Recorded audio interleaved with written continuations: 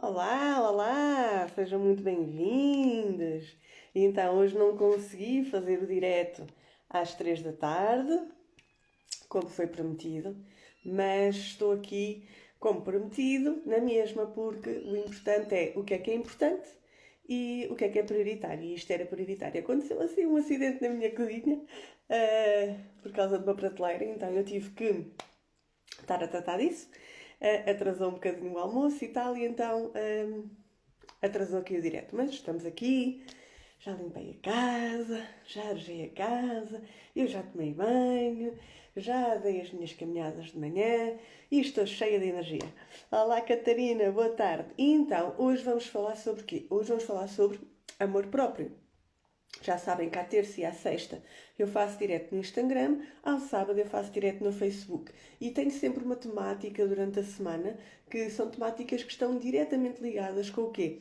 Com aquilo que eu faço, que é a jornada da felicidade, que é encontrar a felicidade. Eu ajudo pessoas a encontrar o seu percurso da felicidade, independentemente do que isso significa para cada pessoa, não é? Porque na verdade toda a gente tem um conceito diferente de felicidade, porque nós somos todos diferentes. E inclusive em determinados períodos da nossa vida o conceito de felicidade é diferente. Se calhar se a gente se lembrar quando éramos crianças, ser feliz, cara, era brincar na rua ou estar na rua até à meia-noite. Depois que se é mãe, ser feliz é poder ter uma noite descansada de sono, não me irritar com o meu filho e poder estar a trabalhar. Olá Ana, beijinhos, boa tarde.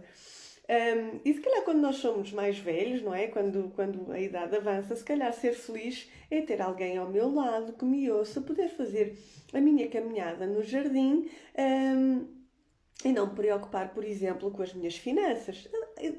Não só a felicidade é diferente de pessoa para pessoa, não é algo que seja igual para toda a gente, como também na nossa vida a nossa felicidade e o conceito de felicidade também muda. E então isto é a primeira coisa que nós temos que ter consciência. Que à medida que nós vamos avançando na nossa vida, à medida que nós vamos aprendendo, à medida que nós vamos tendo as nossas dificuldades, o nosso conceito de felicidade muda. E então, o tema de hoje é sobre o amor próprio. E porquê é que é tão importante, quando nós falamos sobre felicidade, falar sobre o amor próprio? Porque o amor é a base. Isso eu tenho a certeza.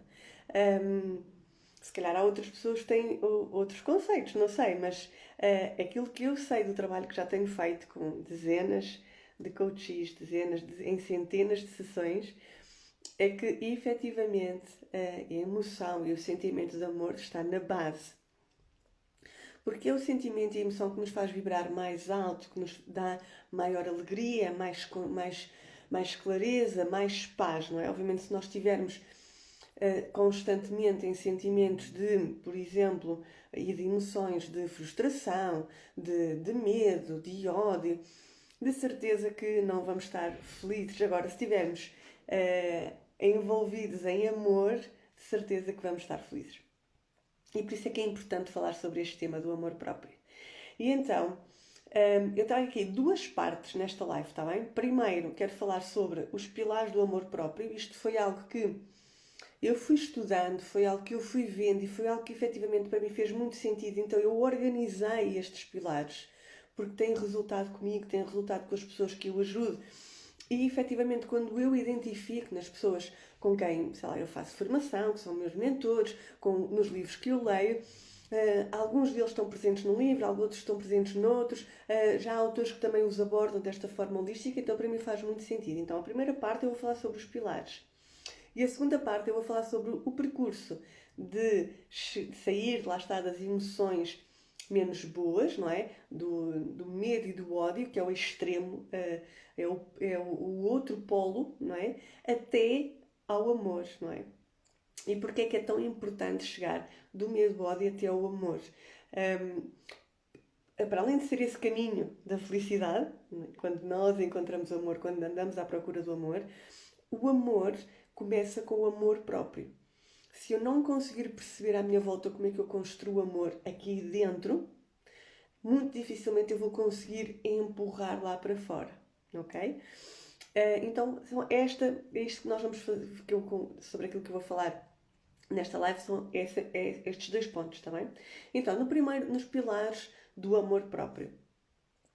O que é que eu trago aqui hoje sobre os pilares do amor próprio? Eu identifiquei 4 pilares e até há uns tempos atrás, até há uns anos atrás, eu achava que eram, em vez de serem pilares, que se moldavam uns aos outros, eu achava que era tudo igual, que era tudo a mesma coisa.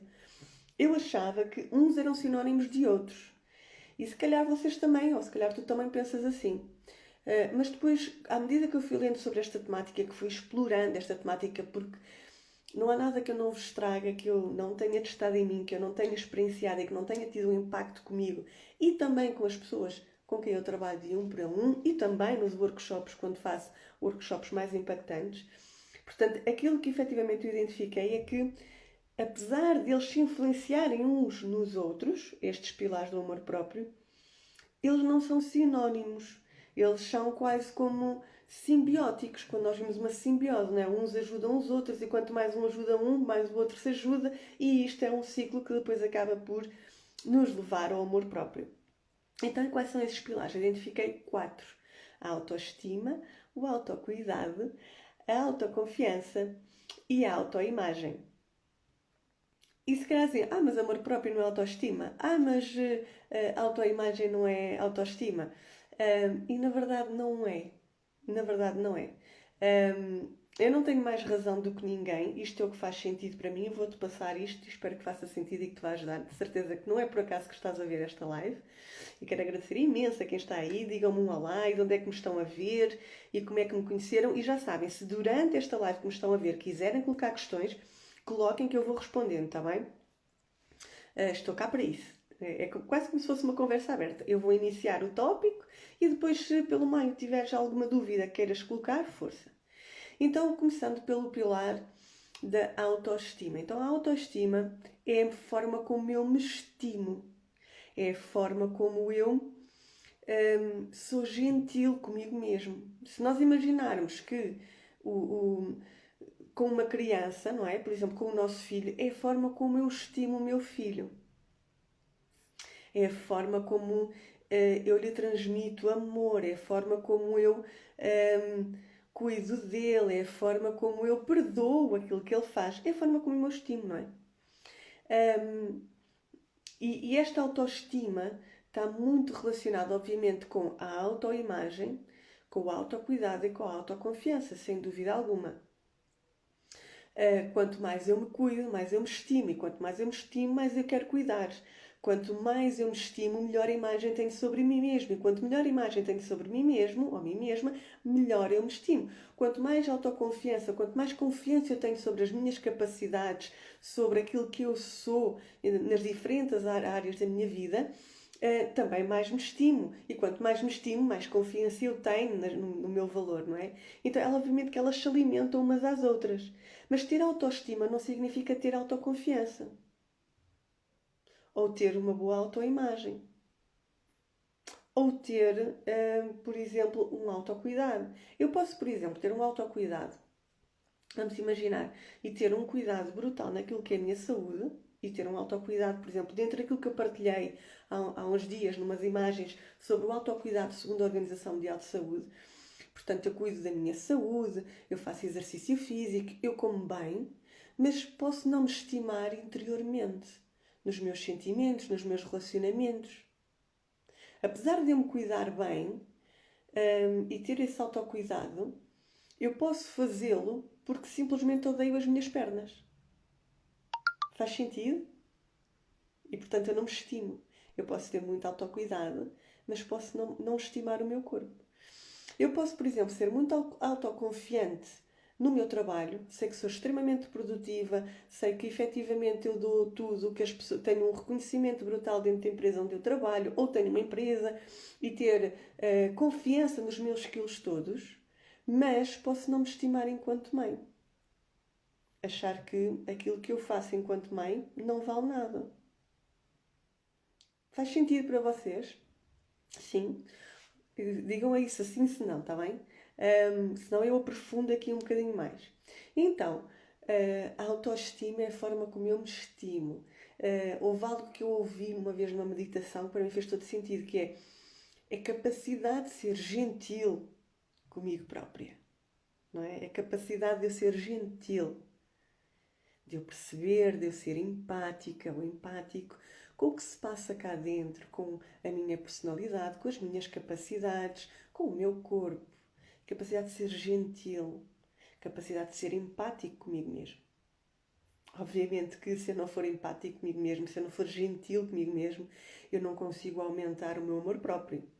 Isso é fácil de perceber, não é? Passando para o segundo pilar, que é o pilar da autoconfiança, é o pilar que nos indica o grau de confiança que eu tenho em relação às minhas capacidades, em relação às minhas decisões, em relação às minhas ações, em relação aos meus skills. É a confiança que eu tenho em mim mesmo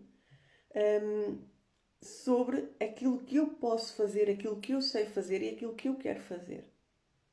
Por exemplo, é a confiança assim, num local muito extremo, que é para ser fácil. Imaginemos que eu sou um ex-toxicodependente, não é? A minha autoestima estará no pico quando eu sei que depois de N trabalho interior, depois de N trabalho de cura, depois de N trabalho em mim mesmo, eu consigo ir, por exemplo, a uma festa de família e ver comportamentos que me levariam há uns anos atrás a ter aquele comportamento e a ter a confiança suficiente que não, eu vou à festa na mesma, mas eu não vou cair novamente nesses comportamentos. A minha autoconfiança está no pico. Obviamente que isso não quer dizer que isso aconteça e todos nós temos que nos balizar, todos nós temos que criar uma camada para nos cuidarmos. Depois já passamos para o autocuidado. Porque a minha autoconfiança pode ser brutal, mas eu também tenho que me cuidar. Ok? E portanto tenho que me proteger também, porque um dos pilares do autocuidado tem a ver também com os hábitos menos bons. Então nós temos que ter a noção de que se as minhas capacidades não me permitem, independentemente do grau de confiança que eu tenho, de me afastar desses hábitos, tenho que balizar. Por isso é que elas todas se misturam umas com as outras, mas não são iguais. Outra situação, por exemplo, de autoconfiança, e eu posso ter uma brutal autoconfiança no meu trabalho e ser, em termos de relacionamento íntimo, ser muito pouco confiante. Por exemplo, na sexualidade. Achar que não sou muito boa sexualmente e que não vou satisfazer o meu parceiro. Mas posso ser muito autoconfiante na minha imagem. Estão a entender? Posso achar que efetivamente eu passo e sou muito autoconfiante que me visto bem, que me maquilho bem, mas não ser assim tão autoconfiante na intimidade. Não é? E todos nós já ouvimos falar, ou já comentámos, ou numa conversa particular com uma amiga, com um amigo, às vezes até em histórias partilhadas em que isso acontece. Como também eu posso ser, por exemplo, muito autoconfiante nos relacionamentos, inclusive no relacionamento com os meus filhos, e muito pouco autoconfiante na minha literacia, no meu conhecimento.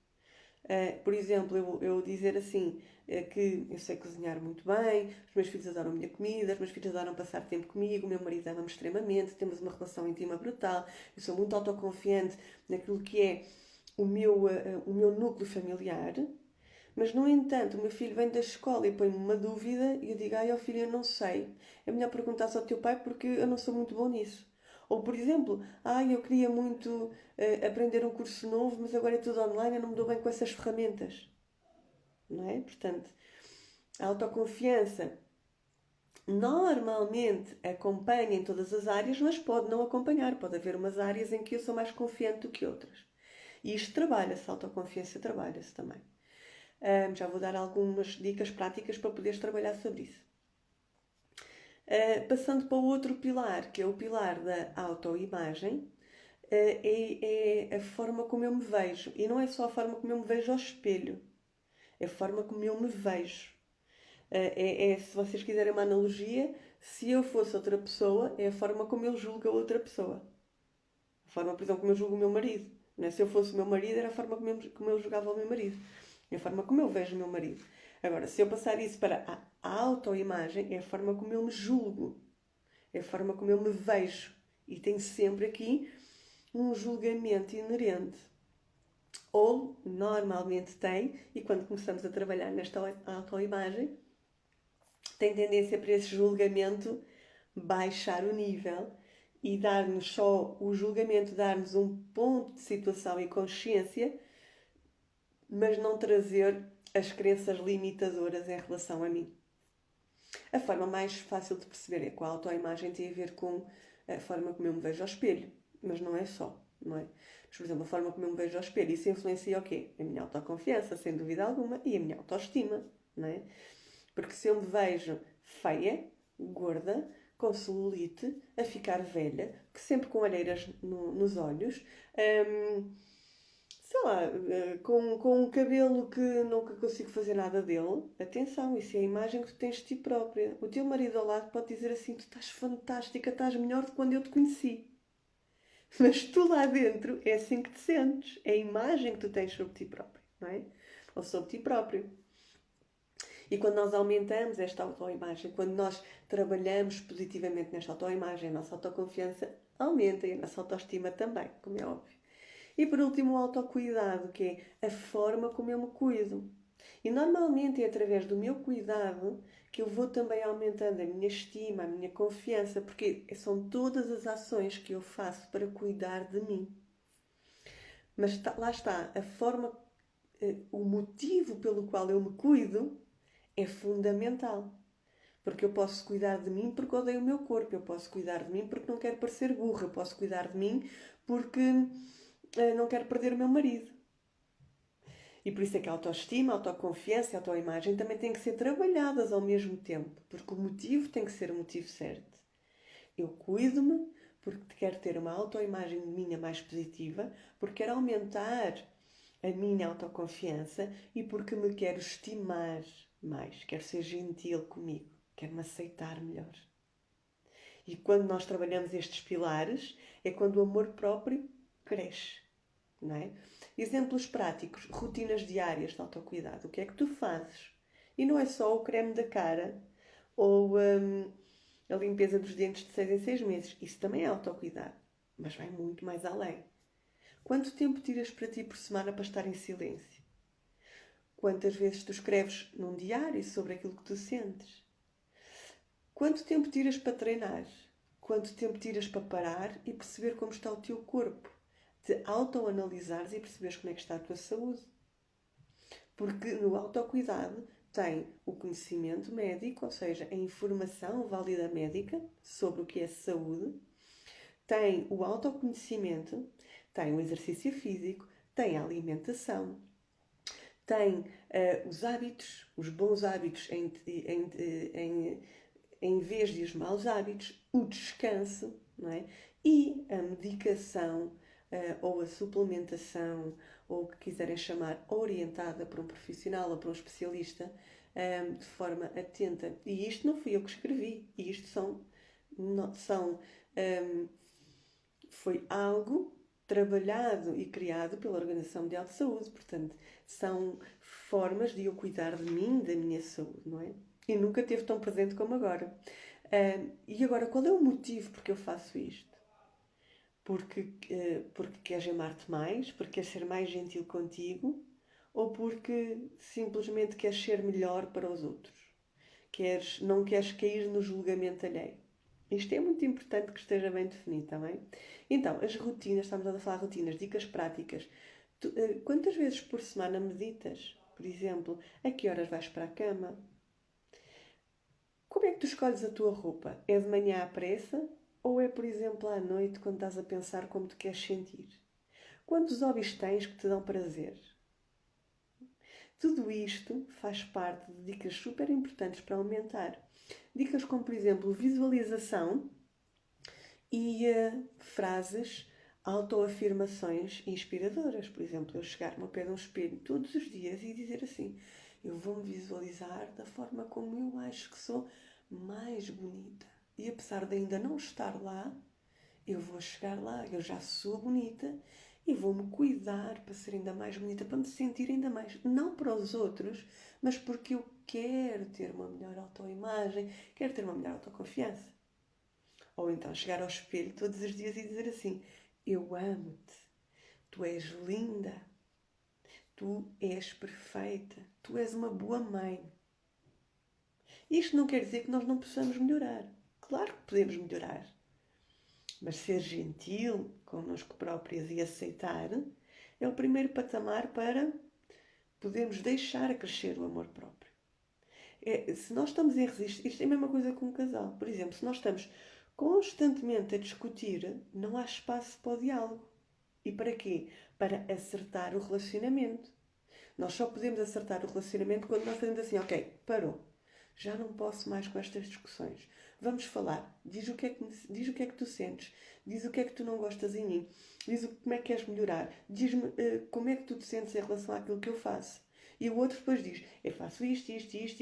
Agora diz-me tu como é que... Só quando há este diálogo e esta aceitação e que eu digo, olha, isto para mim é muito difícil de mudar e eu gosto mesmo muito disto, isto faz-me feliz. Quando há esta aceitação e esta integração, é que o relacionamento se começa a quê? A compor, a unificar e a aumentar o amor e a estima que um tem pelo outro. Isto é igual connosco. Se eu estou em constante conflito, me olho ao espelho e digo assim, estás gorda, ou tu és burra, ou tu não és boa mãe, ou tu só fazes burrada. Para além destas afirmações como porcaria para colmatar um vazio emocional, ou vou para o ginásio matar-me porque quero acabar com a minha celulite, ou seja, quando os motivos que estão por trás da minha rotina diária não são os certos, eu não estou a aumentar o meu amor próprio. Aliás, eu estou-me a destruir internamente. E isto, depois é engraçado, que é o que nós já vamos falar nesta segunda parte, é que isso nos leva a termos a mesma atitude que temos connosco próprio com os outros. Leva-nos a olhar para alguém que vai passar na rua e dizer assim, tu és magra porque isso é genético, tens muita sorte. Ou porque tens tempo para treinar. Ou tu és gorda e não fazes nada. Julgamos assim. Ou olhar para uma colega e dizer assim, ela engordou tanto, que horror, o que é que ela deve estar a fazer em casa? Na verdade, nós não o estamos a julgar a ela. Nós estamos a julgar a nós. Porque se aquilo ressoa em mim, é porque eu tenho alguma coisa disso a trabalhar cá dentro. E é sobre esta segunda parte que nós vamos falar. Portanto, já falámos aqui sobre os pilares daquilo que é o amor próprio. E agora vamos falar como é que eu então passo do medo e do ódio, que são os opostos, do amor para o amor. Para encontrar e começar a minha jornada da felicidade. E então, primeiro, clarificar o que é o medo. O medo não é mais que uma emoção de proteção. É quando o nosso sistema nos diz que, atenção, calma, que pode estar a correr perigo. Ou pode estar aí para uma situação de perigo. Eu dei este exemplo no live que eu fiz no Instagram, na sexta-feira, ontem, salvo erro, foi ontem, foi. Eu vou voltar a repetir porque é muito fácil. Imaginem que eu me deparei com um fogo. Eu vivo, imagina, numa zona rural, com muita floresta, muito pinhal à volta, num dia muito quente, num dia de risco de incêndio enorme, e a minha casa arde, o pinhal à volta arde e eu também me queimo. Como é que vocês acham que eu me sentirei daqui a uns meses, daqui a uns anos, num pinhal, num dia muito quente e que tenha ouvido que havia risco de incêndio para aquela zona naquele dia? Provavelmente o quê? O meu medo, bum, dispararia, certo? Porque eu vivi uma experiência que me traumatizou e que pôs em risco a minha vida e pôs em risco aquilo que era o meu sustento, a minha estabilidade, a minha vida social, pôs em risco tudo isso. Então o medo, por exemplo, o medo de agir, o medo de se alguém me vai fazer mal, por exemplo, se eu tive uma má experiência num relacionamento, imaginem que essa má experiência foi, por exemplo, numa fase em que tinham dito que se iam casar e logo a seguir eu descobri uma infidelidade. Como é que acham que essa pessoa, seja homem ou mulher, quando estiver quase a dar o passo de ok, vamos casar, se vai sentir de certeza que aquele medo tipo, e se ela está a ser infiel? Ou se ele está a ser infiel? E se ele tem outra? E se ele me vai abandonar? Porque já passou por uma situação traumática. Então o medo não é mais do que um alerta de... Ou então alguém muito próximo. Por exemplo, se a minha irmã passou por isso. Se a minha mãe teve cancro. A minha mãe teve cancro e, por exemplo, o primeiro sintoma foi, sei lá, um caroço no peito. Imaginem eu passar de 5 anos ter um caroço no meu peito. Não é? O que é que vai saltar aqui? Medo, muito medo, porque foi assim que a minha mãe começou, não é? Portanto, o medo não é mais do que o meu sistema a dizer-me, e pode ser uma situação traumática forte ou menos forte, atenção, e pode ter sido, e ter esse medo ter sido criado, e eu nem sequer me ter apercebido que esse medo foi criado. Mas o nosso inconsciente toma conta de tudo. Mesmo que conscientemente nós não tenhamos tido essa clareza, o nosso inconsciente toma conta de tudo. Então o medo não é mais do que um alerta a dizer, tem calma.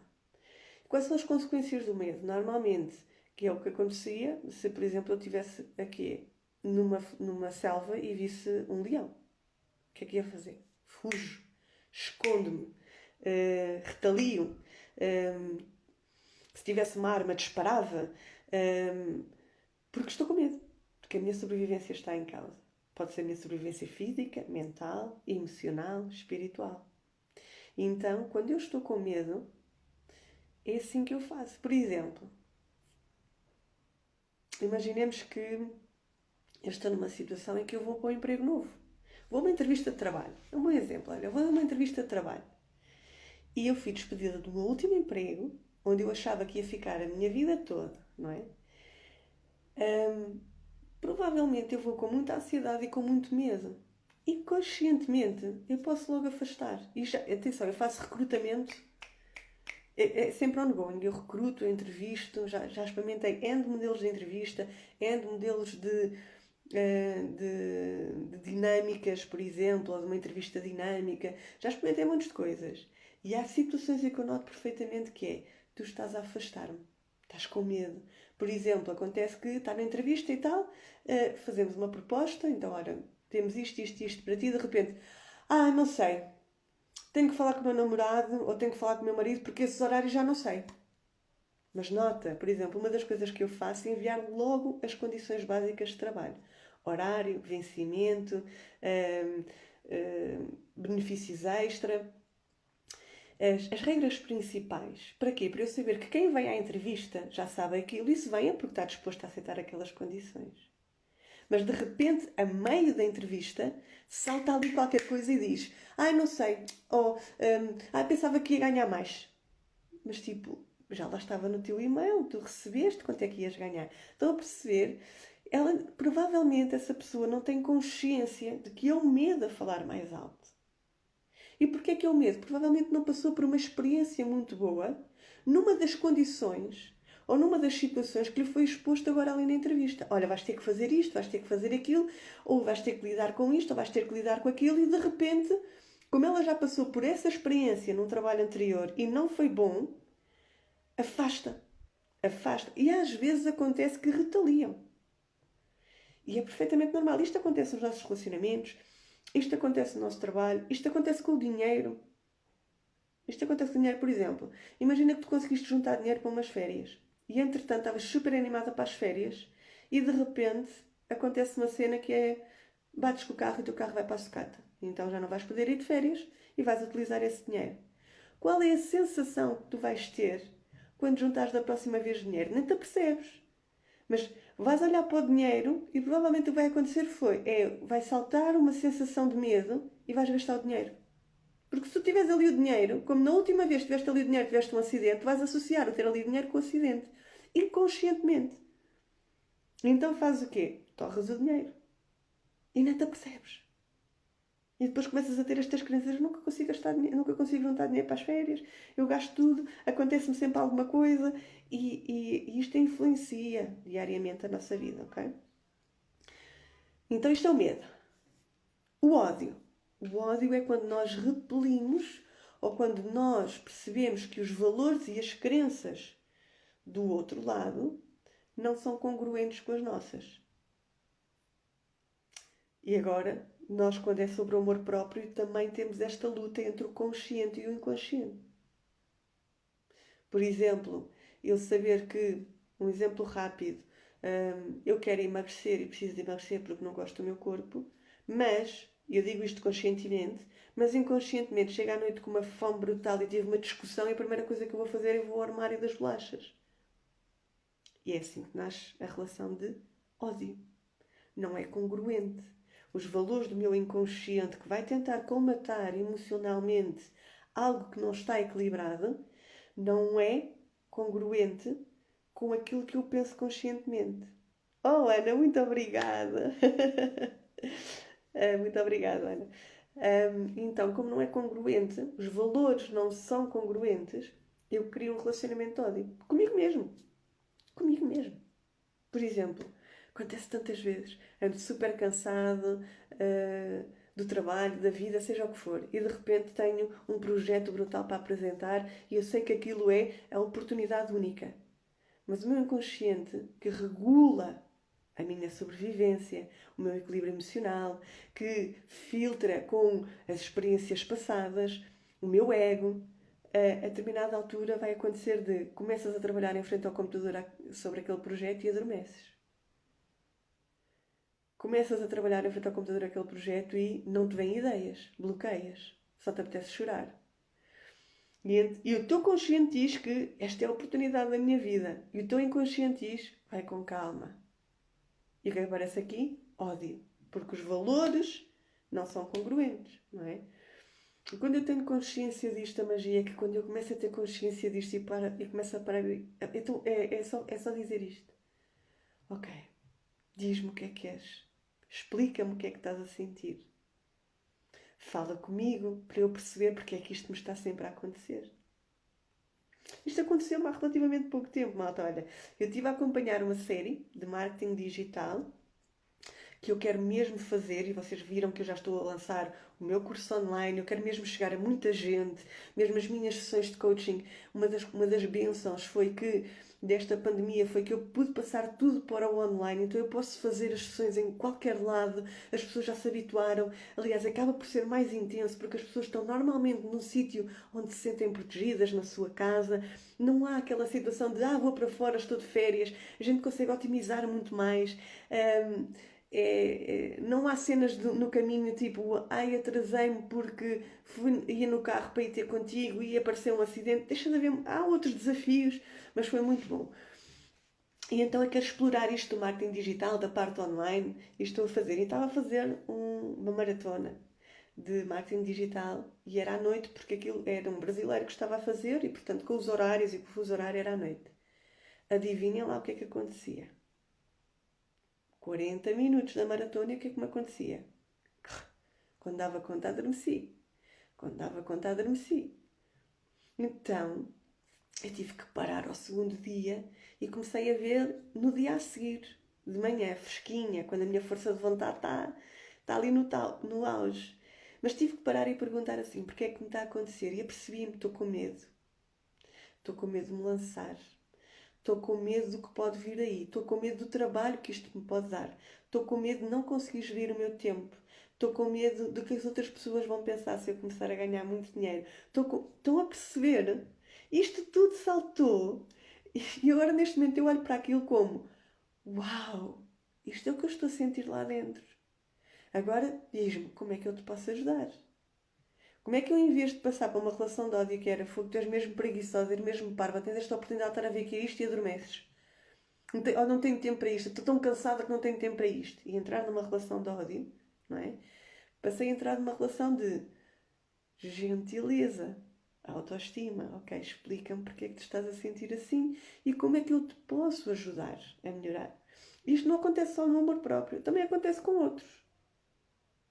E posso dar, por exemplo, o exemplo de adolescentes, jovens adolescentes ou jovens adultos e os seus pais. Onde os pais que já passaram por aquela fase mudaram os seus valores, por exemplo, numa fase de adolescência, o valor da estabilidade financeira ou de um relacionamento longo não era uma coisa assim muito importante, certo? O que é que era mais importante?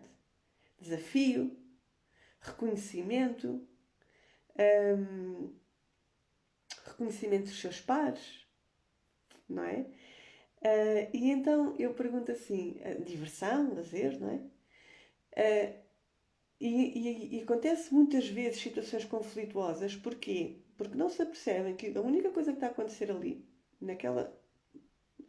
Eu sei que ódio pode ser uma palavra forte, mas ódio não é mais do que eu repudiar os valores do outro lado e as crenças, ok? Eu dizer não quero aquilo para mim. Isto é ódio, eu não quero aquilo para mim. E sei que tem uma conotação muito, muito, muito, muito má, porque pode haver um extremo de ódio mesmo muito mau, mas mesmo eu dizendo assim, eu não gosto disto, é uma sensação de ódio, não é? Não gostar, ok, mas qual é a emoção que está por trás? É o ódio. Nós tentamos aligerar a coisa, não é? Por vários motivos, por várias crenças. Por exemplo, eu lembro-me de ouvir algumas pessoas dizerem assim: eu odeio isto. E eu dizia: como é que uma pessoa pode odiar alguma coisa? É uma palavra tão forte. E agora eu percebo que é aquela pessoa só está a verbalizar que aqueles valores não se coadunam connosco, não é? Não se coadunam comigo. E então, muitas vezes, por exemplo, principalmente quando os pais têm 45 anos e o jovem tem 20 anos, em que os pais já estão mais perto da idade da reforma, em que já estão a pensar acalmar, em que já estão a pensar em que o valor mais importante é a família e a saúde, e veem o jovem adolescente ou jovem adulto a ir para a noite, a fumar, a beber álcool, a consumir drogas, a ter relações sexuais desprevenido, ou seja, que põe em causa o quê? O valor mais alto daquela pessoa, do pai ou da mãe, que já está a pensar que eu tenho que cuidar da minha saúde, porque a partir desta idade as coisas começam a piorar da minha saúde, eu tenho que cuidar da minha tranquilidade quando eu chegar à reforma, eu quero estar com a minha família na paz e no sossego, não quero a diversão, nem quero o risco, nem quero. Estão a perceber? Como é que isto não pode chocar? Claro que vai chocar, não é? E desenvolve-se aqui aquela relação de ódio. Eu nem posso ouvir a minha mãe falar. E o outro lado dizer, eu não sei o que é fazer com este miúdo. E eu passei por isso com o meu pai. E agora quando olho para trás digo assim, eu sei que tive que passar por isso, porque o facto de eu ter passado por isso e me ter marcado tanto, me trouxe agora esta situação de eu querer identificar onde é que isto aconteceu, para poder explicar a outras mães, a outros pais que estão agora com a minha idade, com 40, 45, 50 anos, e que podem estar a passar por esse conflito com os seus filhos, que esse conflito está a acontecer porque existem valores diferentes. E há uma forma de trabalhar isso, claro que sim. Então o que é que acontece quando nós vivemos no ódio? Nesta repugnância, repugnamos o outro, criticamos o outro, julgamos o outro, hum, criamos crenças em relação ao outro, em relação a mim, afastamos as pessoas, não é? Afastamos-nos das pessoas e do seu círculo e desses espaços, desses lugares, hum, criticamos e por aí fora, não é? E porquê é que isto acontece? Porque eu estou a dizer, o meu sistema está-me a dizer tipo, não convivas porque aquilo não é bom para ti. Aquilo não é aquilo que tu queres para ti agora.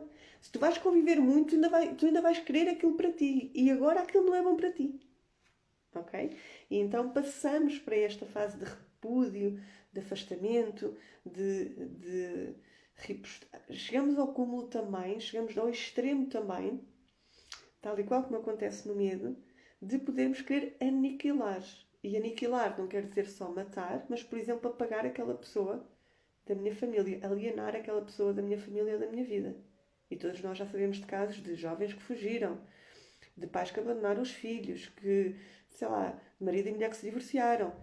Houve ali uma aniquilação da presença daquela pessoa, de tal forma que os valores não davam e eu entrei numa emoção e depois passa por uma fase crónica num sentimento de ódio tão grande que a única forma de eu me proteger e proteger os meus valores é apagando aquela pessoa da minha vida. Okay? Isto tem consequências, obviamente, nós todos, e é fácil de perceber. Mas a verdade é que nós também podemos fazer isto connosco. Já pensaste sobre isso? Quantas vezes tu fugiste do mundo? Quantas vezes não te. Eu vou dizer uma coisa que aconteceu comigo, ok? E vou ser muito sincera e muito aberta porque quero ser muito congruente entre aquilo que eu estou a dizer e aquilo que eu passei. Não quero estar a dizer nada que vocês sintam que eu não tenha passado ou esteja a dizer aqui da boca para fora. Mas quantas vezes não apanhaste uma bebedeira, ou dias seguidos, ou semanas seguidas, só para anestesiar isso? O que é que tu estavas a anestesiar? O que é que tu estavas a apagar? Quantas vezes não decidiste ficar na cama, vezes seguidas até à 1 da tarde quando estás de férias, tipo, não me apetece. E levantas-te, comes qualquer coisa e vais para o sofá outra vez e ficas perdido horas sem fio na televisão e no telemóvel só porque não queres pensar. Estás a aniquilar quem? Estás a apagar quem? Já pensaste sobre isso? É verdade, não é? Nós também podemos chegar a esse extremo e muitas vezes chegamos. Muitas vezes chegamos. Adormecemos-nos inconscientemente para não nos ouvirmos, para não nos sentirmos, para não nos aceitarmos.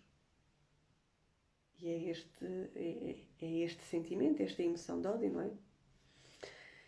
E agora? Foi pesado, eu sei. É um murro no estômago, eu sei, eu sei. Adiar o despertador de manhã, eu tenho um direto sobre isso. Adiar o despertador de manhã porque não quero acordar. Passar horas e sentir aquele puxão quando estou com a minha família, quando estou com o meu namorado, quando estou com os meus filhos, o telemóvel chamar-me e fazer-me mergulhar nas redes sociais. Ou eu estar de fim de semana e colocar a mantinha e estar o dia todo na televisão. Ou à noite, quando tenho um bocadinho para relaxar, ligar a telenovela. Já pensaste o que é que está aí por trás? Eu não estou a dizer que isso é bom ou é mau. Eu estou-te a perguntar porquê é que fazes isso? Se o motivo for bom, fantástico. Eu, por exemplo, eu não vejo telenovelas, é uma coisa que já não vejo há muitos. Acho que nunca vi assim com muita regularidade, mesmo quando era miúda e quando as novelas começaram assim, a surgir de forma mais consistente na nossa televisão. Mas, por exemplo, eu podia ser uma pessoa que imaginemos que eu queria ser atriz e então eu tirava todos os dias uma hora para eu ver a performance daquela atriz na televisão. Então o motivo era quê? Era bom. Porque aquela atriz foi considerada a melhor atriz portuguesa ou atriz revelação. Deixa-me lá ver o que é que ela faz. O motivo era bom. Eu estava a estudar, estava a cuidar de mim, do meu autoconhecimento. Estava a cuidar de mim, estava a cuidar da minha mente, do meu cognitivo. Agora, se o motivo que depois enfrenta a televisão é para, tipo, deixa-me desligar do mundo, que eu não quero pensar, porquê é que tu não queres pensar? Ok? E deixa aqui esta pergunta no ar. Então, e como é que nós podemos passar do ódio e do medo para o amor? Eu vou-vos dar aqui algumas dicas que me ajudaram bastante. Olha, o primeiro que eu vos vou passar foi algo que eu demorei muito tempo a fazer este trabalho. Muito tempo. E o segundo, também demorei muito tempo a começar o trabalho, mas, aliás, comecei a fazer esse trabalho, mas demorei muito tempo a ter coragem de assumir isso, ok? Então, o primeiro é não julgares os outros. Ao julgares os outros, tu não estás mais do que a julgar-te a ti próprio. Eu já falei sobre isto, que é autojulgamento, não é? Se eu estou a julgar de alguma forma a outra pessoa, é porque aquilo que está a acontecer com a outra pessoa ressoa em mim. Não tem nada a ver com a outra pessoa. Aquilo que eu digo sobre outra pessoa diz muito mais sobre mim do que a outra pessoa. Vou-vos dar um exemplo. Não sei se vocês alguma vez viram um filme que eu adoro, eu esqueço-me sempre o nome do filme, com o Will Smith, em que ele,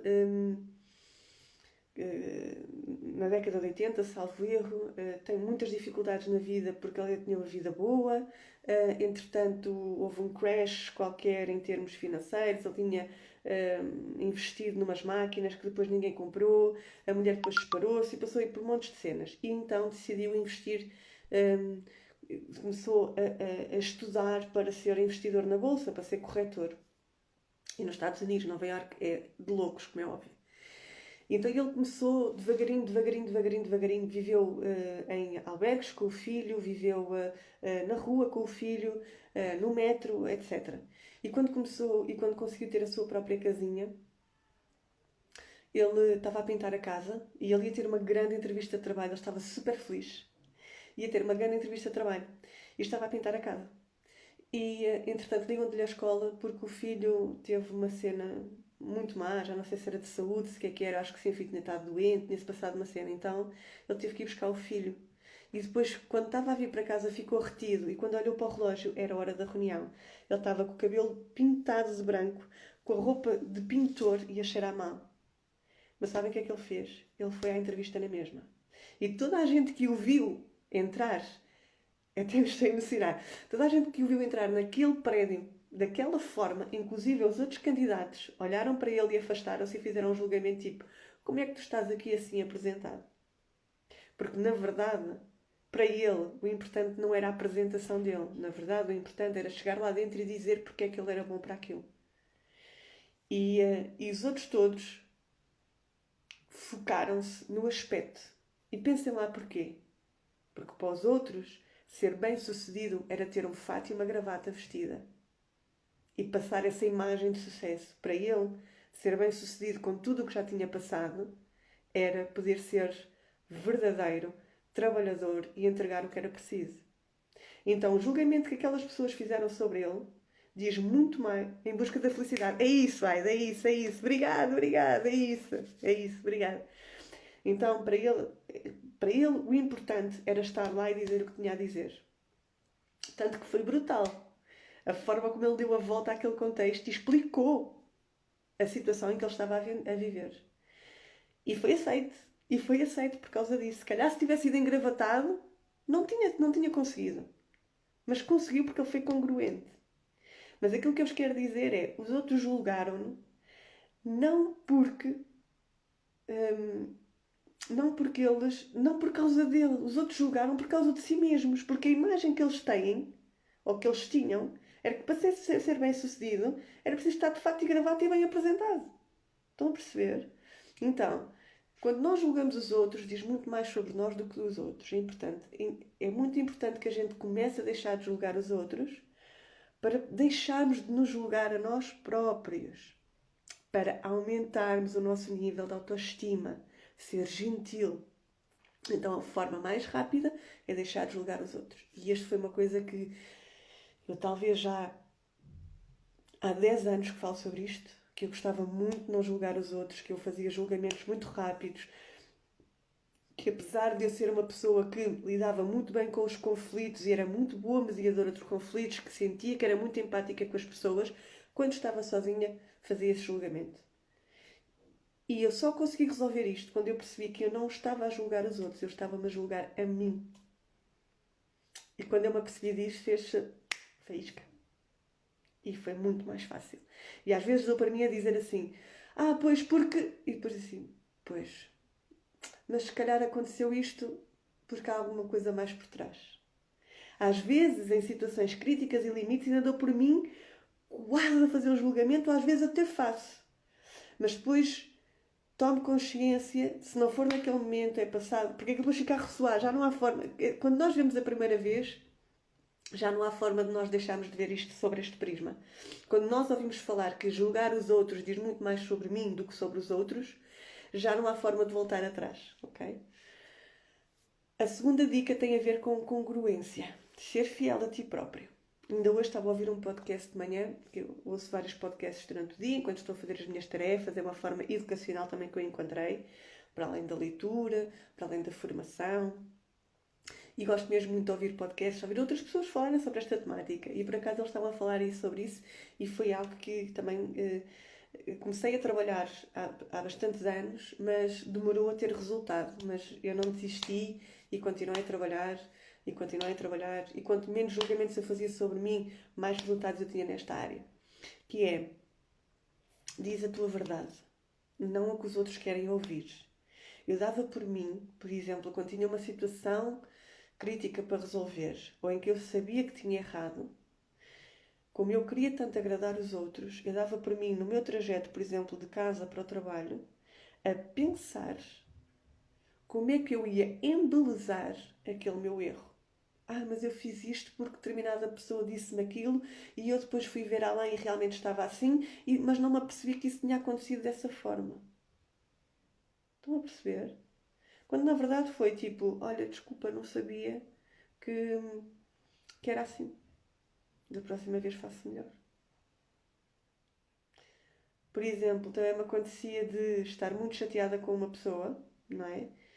E em vez de, por exemplo, resolver a situação com essa pessoa, dizia simplesmente por mensagem: olha, eu hoje já não consigo ir falar contigo, amanhã a minha agenda está muito apertada, se calhar para a semana a gente fala. E eu, na verdade, queria resolver aquilo. Mas como queria manter um bom ambiente, como queria que as coisas, como me via como uma boa mediadora, queria-me deixar acalmar estes sentimentos dentro de mim e fugia à minha verdade. Porque fugir à verdade só acarreta mais problemas. Porque tu sabes que estás a mentir a ti próprio e aos outros.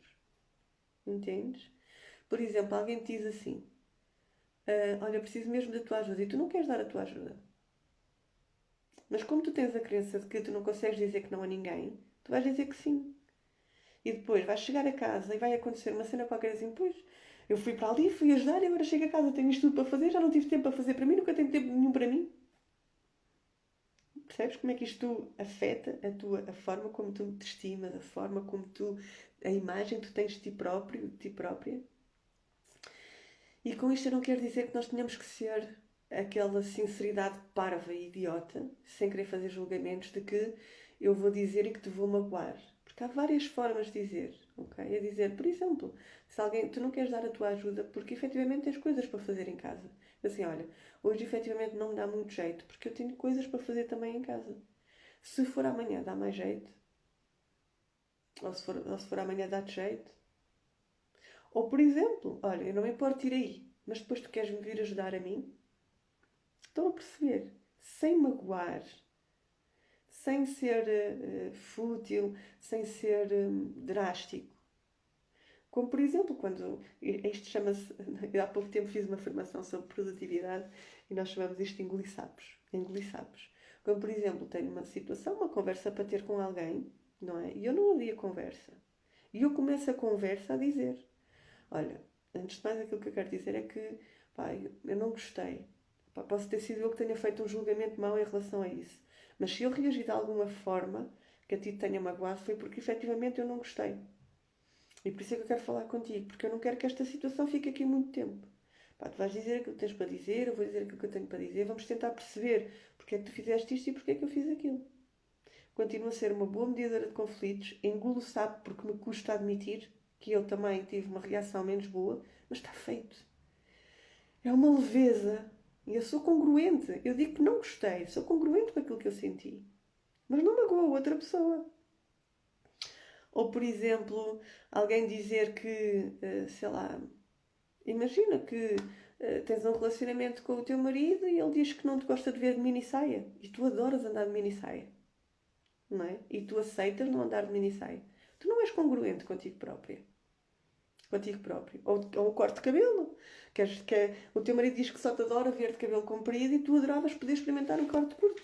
E tu aceitas o que o outro. Estava a ler aqui o que a Catarina diz. Isso acontece comigo, não consegui dizer não. Pois é, Catarina. Acontece com muita gente. Isso tem várias. E eu depois posso falar. Aliás, até vou apontar já para fazer um direto sobre isso. Aprender a dizer que não, está bem? Eu vou apontar. Mas isso tem muitas vezes a ver, ou a grande maioria das vezes tem a ver com duas coisas. A primeira tem a ver com as crenças. Primeiro, tu acreditas que não queres dizer que não. Se tu acreditas que não sabes dizer que não, muito dificilmente tu vais conseguir dizer que não. Não é? Se tu, sei lá, isto é como se tu acreditas que não consegues correr 5 minutos, tu não vais conseguir correr 5 minutos. Isso é fácil, não é? Perceber. Isto, portanto, muitas das vezes tem a ver com uma crença. E a segunda vez tem a ver um, com, um, com a parte do merecimento. Portanto, uma das coisas tem a ver com o não sou capaz de dizer que não, e a outra tem a ver com o eu não sou merecedor, que são dois grandes medos que nós temos na nossa vida. E se eu acho que não sou merecedor, eu vou fazer tudo para agradar os outros para ser merecedor. E então eu digo que sim aos outros para merecer a sua atenção. Isto é algo que está cá dentro, é muito profundo. Nós achamos que estamos a fazer porque queremos ajudar os outros, mas na verdade nós estamos a fazer porque queremos que os outros nos aceitem. E normalmente é isso, Catarina. E é isso que tens que perceber porque é que não consegues dizer que não. Se é porque é uma crença, se é porque. E essa crença pode ter sido criada, por exemplo, se a tua mãe também foi uma pessoa que não sabia dizer que não, pode haver aqui um paradigma familiar que tenha passado para ti. Ou avaliar se efetivamente tem a ver com a situação de quereres que os outros te aceitem. Okay? Isto tem a ver com o amor próprio. Então, já falámos de não julgar, já falámos de ser congruentes e agora é o desapego, que vai muito nesta situação de dizer que não também. Eu desapegar-me das pessoas e das coisas. Eu só sou dono disto, de mais nada. Eu não posso querer fazer um agrado ao meu marido e esperar que ele me faça um agrado também. Provavelmente, se eu estimar as outras pessoas também me vão estimar. Mas se não me estimarem, eu não tenho o direito de cobrar. Tal e qual como se eu tiver a atitude na vida de que isto é meu, provavelmente esta posse vai trazer com que tu queiras algo, que essa coisa te dê algo em troca. Ok? Então, quando nós desapegamos, passamos do isto nada acontece por acaso, tudo acontece por um motivo e eu cuido de mim. E a única coisa que eu tenho, a melhor prenda que tu podes dar a alguém é tu cuidares de ti. E a melhor prenda que a outra pessoa te pode dar é cuidar dela. Porque quando eu cuido de mim e a outra cuida dela, estamos os dois felizes e não estamos em conflito. Não estamos naquela fase de fugirmos, repudiar-nos, atacarmos. Antes pelo contrário, porque nós estamos os dois bem. Portanto, não existem sensações, nem sentimentos, nem emoções de ódio e de medo, e não existe este afastamento, antes pelo contrário, existe uma aproximação. E como eu sei aquilo que me faz bem, aquilo que eu quero, e o outro sabe aquilo que faz bem e que quer, são congruentes, verbalizam isto, é fácil arranjar soluções. Portanto, o desapego de pessoas e de coisas é fundamental. Eu desapegar-me, ok? Não são as coisas nem as pessoas que me trazem a felicidade. A felicidade está dentro de nós. A felicidade está dentro de cada um. Outra forma de nós conseguirmos passar do amor, medo, do medo, ódio para o amor, não é? Principalmente para o amor próprio, porque é aqui que acontece o amor, é o amor próprio. E isto não tem nada a ver com egoísmo, ok? Porque eu não vou afetar os outros, eu não vou agredir os outros porque estou a fazer algo para mim. Lá está, eu não estou a pegar mais coisas, eu não estou a ser egoísta. Antes, pelo contrário, estou-me a desapegar. Queres isto? Leva. A tua atenção é tua. Não me a queres dar, está tudo bem. É teu. Não é?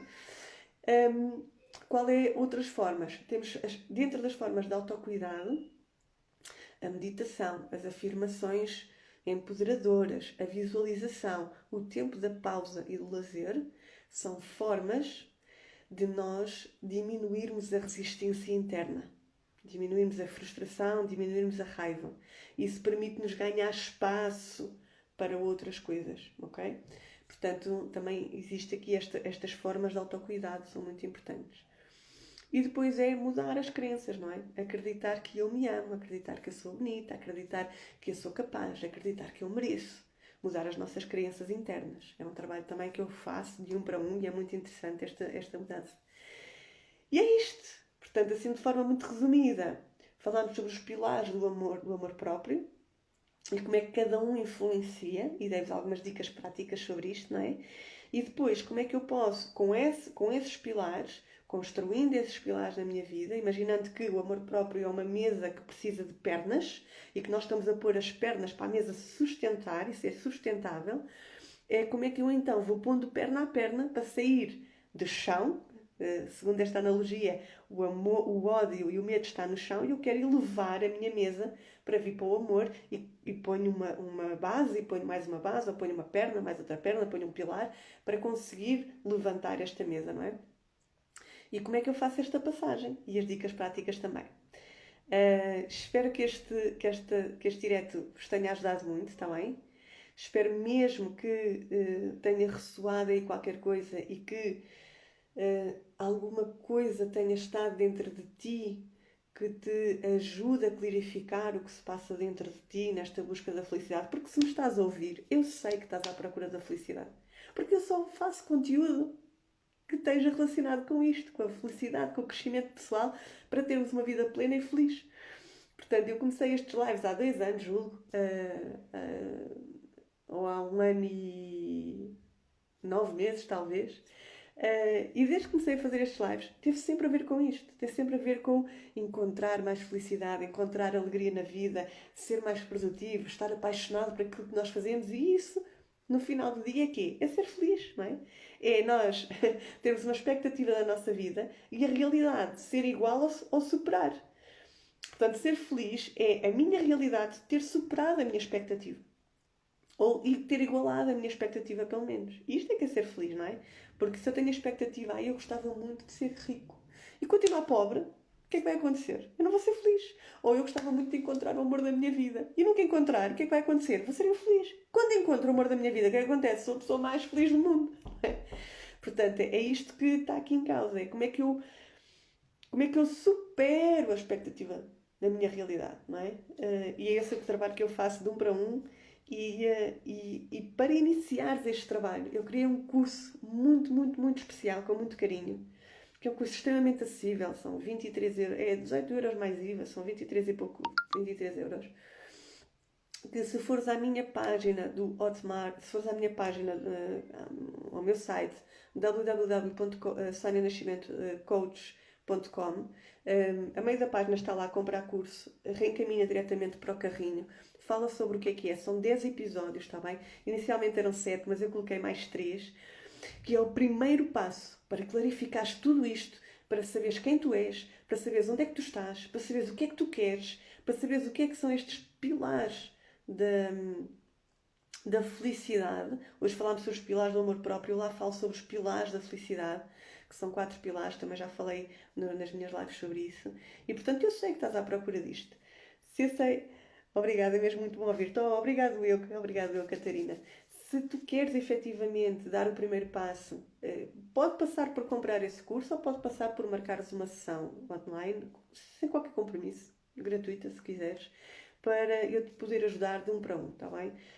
Depois a partir daí a gente pode planear um percurso de um para um, ok? Ou se para ti fizer mais sentido, agora compras o curso, vai lá à minha página e compras. Se tiveres alguma dificuldade para comprar o curso, manda-me uma mensagem, mas lá tens N de pagamentos. Tens desde cartão de crédito, referência multibanco, PayPal, podes pagar de várias formas, está bem? Portanto, é tranquilo, se quiseres fazer, estás à vontade. Se tiveres alguma dificuldade, diz-me, está bem? Que eu também te ajudo a fazer isso, mas tem que ser mesmo comprado lá o curso, está bem? Porque aquilo depois tem uma plataforma, depois tu crias uma palavra-passe, que é para poderes aceder aos conteúdos onde quiseres também, e ao ritmo que tu quiseres, e depois também tem os PDFs para descarregar, portanto eu não te posso enviar isto, tens de estar mesmo naquela área privada, está bem? Porque é isto que eu faço, portanto eu sei que se estás aqui a ouvir-me e estás aqui a ver-me, é porque tu estás à procura da felicidade. E, portanto, eu agradeço-te muito por me deixares entrar aí em tua casa, no teu telemóvel, no teu computador, no teu tablet, porque isto é o que me traz felicidade para mim. Sabe o que é que me traz felicidade? Eu ter iniciado a minha jornada à procura de ser melhor profissional e ter-me apercebido que nada do que eu fiz para trás foi em vão e que foi sempre ajudar pessoas, desde o meu envolvimento no associativismo desportivo gratuito, fazia aquilo por voluntariado, desde os anos todos que fui e sou voluntariada e criei uma associação para ajudar pessoas sem abrigo, desde ainda ontem fui entregar comida a pessoas que me pediram ajuda e eu mandei mensagem para os meus contactos e consegui encher uma carrinha. E eu sei que tudo isto acontece porque eu quero muito ajudar pessoas. Isto faz parte de mim. É isto que me deixa feliz. Superar esta expectativa é saber que um sábado à tarde, onde podia estar a ver Netflix ou podia estar a arrumar a casa, estás aí desse lado a ouvir-me e supera as minhas expectativas. Supera as minhas expectativas quando eu faço um live e de repente no dia a seguir entro e olho para aquele live e tenho mais de 6.000 pessoas que viram aquela live. E isto é tipo, isto deixa-me nas nuvens. Não por uma questão de ego, mas porque uh, eu poder ajudar pessoas. Aliás, eu faço sessões de coaching e de mentoria a pessoas que não me pagam nada. Obviamente tenho os meus processos pagos porque eu também preciso de investir em formação, porque também é o meu tempo, é a minha parte profissional, não é? Mas há aquelas pessoas que eu olho e digo, não, eu tenho que ajudar esta pessoa. Se ela não tem dinheiro neste momento, não é isso que me vai impedir de ajudar essa pessoa. E tenho N processos assim. N pessoas assim. E não é uma, nem duas, nem três sessões. Às vezes são 12, às vezes são 16, às vezes são 20 sessões. Às vezes são só duas, porque depois a pessoa entende que aquilo não é para ela e está tudo bem. Então isto ajuda-me a superar a minha expectativa. E eu vou criando mais expectativas e vou superando, e isso ajuda-me a ser feliz. E ainda ontem na live do Instagram eu disse isto. Eu já há muito tempo que não senti esta felicidade de ir para a cama, chegar a casa e dizer assim, vou-me deitar. Normalmente eu dizia assim, vou-me deitar, estou super cansada, hoje o dia foi terrível. Às vezes dizia ao Marco mesmo, olha, tenho mesmo que ir deitar, porque já não aguento, deita aos meninos, faz favor, porque eu estou mesmo cansada. Para de repente chegar a casa e dizer assim, ok, vou fazer tudo o que tenho para fazer, porque também tenho uma rotina noturna que cumpro, fazer tudo o que tenho para fazer, não é? E nós partilhamos muitas tarefas cá em casa, isto não há um que ajuda o outro. Nós os dois somos o braço direito um do outro e ainda hoje um está a aspirar, o outro está a lavar a casa de banho, o outro está a limpar os armários e sempre foi assim. E ir para a cama com a sensação de que deixa-me adormecer depressa porque eu quero que chegue amanhã. É quase como a dormir a correr porque estou entusiasmada para o dia a seguir, porque no dia a seguir tenho que criar um post disto, tenho que fazer um live daquilo, tenho que tenho formação com a minha equipa de ginásio, porque vou ver os ficheiros para ver se aquilo que eu fiz a semana passada resultou. E isto é brutal. Isto é brutal. Portanto, aquilo que eu te vou pedir agora é, se sentes que isto te ajuda e que pode ajudar mais pessoas, primeiro, põe um gosto na página do Facebook, do Instagram, visita o meu site, também me podes ouvir no Spotify, ok? Podes ver o meu blog e aquilo que eu escrevo, normalmente o podcast, ouvir só, e o blog só faço uma vez por semana, ao fim de semana, que tenho um bocadinho mais de tempo e preciso estar um bocadinho mais de inspirada, ou preciso usar mais tecnologia para fazer isso, e podes seguir através daí, mas principalmente partilha. Ser um veículo de felicidade. Porque se isto te deixa feliz, se isto te ajuda a encontrar a tua felicidade, porquê é que não há de ajudar outros? Eu estou a fazer isto de forma gratuita, aberta, de coração aberto para ti. Mas é para ti e é para outros também. E tu podes ser a ponte entre outros. Portanto, partilha. Envia por mensagem privada. Partilha no teu mural. Partilha num grupo do qual tu pertences. Para esta mensagem poder chegar a mais pessoas, está bem? E convidas a vir fazer gosto, a vir fazer seguir, está bem? Na live de ontem eu disse isto. Tenho muita roupa para dar. O que me faz sentir bem é ajudar. Ok, Catarina, neste momento eu não tenho forma de escoar roupa. Inclusive é minha. Eu fiz um destralhar aqui em casa de roupa, calçado, e as instituições, como não existe mobilidade de pessoas a irem lá buscar, como é normal, seja no Banco Alimentar, seja na Caritas, até o ajudar a amparar, como não há pessoas a fazer esse escoamento, eles já não têm onde armazenar mais roupa. Então, aquilo que eu tenho feito é algumas peças que eu sei que algumas pessoas me vão pedindo, portanto, famílias que às vezes eu vou apoiando assim, guardo, e quando as pessoas me vão pedindo, eu dou, está bem? Ou então, uso os contentores de roupa. Eu sei que há muitas crenças à volta dos contentores de roupa, mas uso os contentores de roupa.